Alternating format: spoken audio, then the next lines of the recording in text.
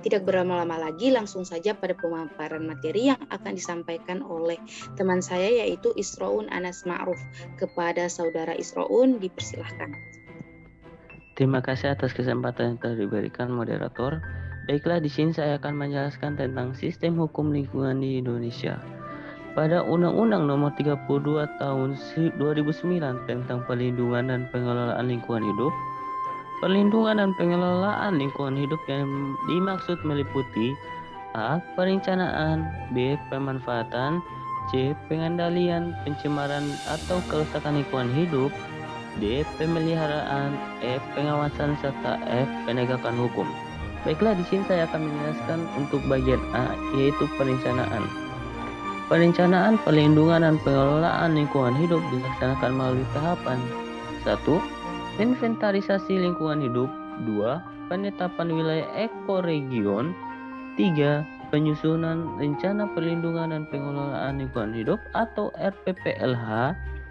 Bagian B. Pemanfaatan. Pemanfaatan sumber daya alam dilakukan berdasarkan RPPLH beserta daya dukung lingkungan dan daya tampung lingkungan hidup dengan memperhatikan keberlanjutan proses dan fungsi lingkungan hidup, keberlanjutan produktivitas lingkungan hidup, dan keselamatan, mutu hidup, serta kesejahteraan masyarakat. C. Pengendalian pencemaran atau kerusakan lingkungan hidup. Pengendalian pencemaran atau kerusakan lingkungan hidup dilaksanakan dalam rangka pelestarian fungsi lingkungan hidup yang meliputi upaya 1. Pencegahan, 2. Penanggulangan, 3. Pemulihan. 1. Instrumen pencegahan pencemaran dan atau kerusakan lingkungan hidup terdiri atas kajian lingkungan hidup strategis atau KLHS, tata ruang, baku mutu lingkungan hidup, kriteria baku kerusakan lingkungan hidup, AMDAL, UKLUPL, perizinan, instrumen ekonomi lingkungan hidup, peraturan perundang-undangan berbasis lingkungan hidup, anggaran berbasis lingkungan hidup, analisis risiko lingkungan hidup, serta audit lingkungan hidup. Itulah pemaparan dari materi saya. Untuk selanjutnya saya kembalikan kepada moderator. Untuk moderator dipersilakan. Baik, itulah pemaparan materi dari saudara Isroun. Kepada saudara Isroun diucapkan banyak terima kasih. Selanjutnya akan dilanjutkan oleh saudara Syahwan. Kepada saudara Syahwan dipersilahkan. Ya, baik, terima kasih atas waktunya moderator. Selanjutnya ke bagian D, yaitu pemeliharaan. Pemeliharaan lingkungan hidup dilakukan melalui upaya konservasi sumber daya alam, pencadangan sumber daya alam, dan pelestarian fungsi atmosfer. Konservasi sumber daya alam meliputi kegiatan pertama, perlindungan sumber daya alam, pengawetan sumber daya alam, dan pemanfaatan secara lestari sumber daya alam. Pada bagian E, yaitu pengawasan. Dalam melaksanakan pengawasan, Menteri Lingkungan Hidup, Gubernur atau Bupati, Wali Kota menempatkan pejabat pengawas lingkungan hidup yang merupakan pejabat fungsional.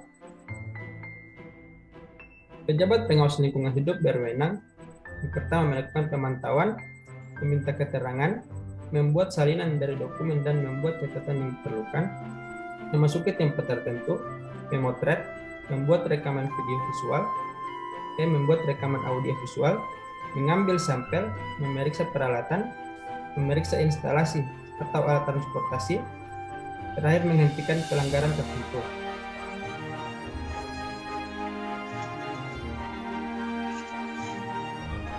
Lalu pada bagian F, penegakan hukum. Penegakan hukum dilakukan melalui upaya untuk mencapai ketaatan terhadap peraturan dan persyaratan dalam ketentuan hukum yang berlaku secara umum dan individual, melalui pengawasan dan penerapan atau ancaman, sarana administratif, kepidanaan, dan keperdataan. Ya, baiklah, demikian itu dari saya. Selanjutnya saya kembalikan kepada moderator.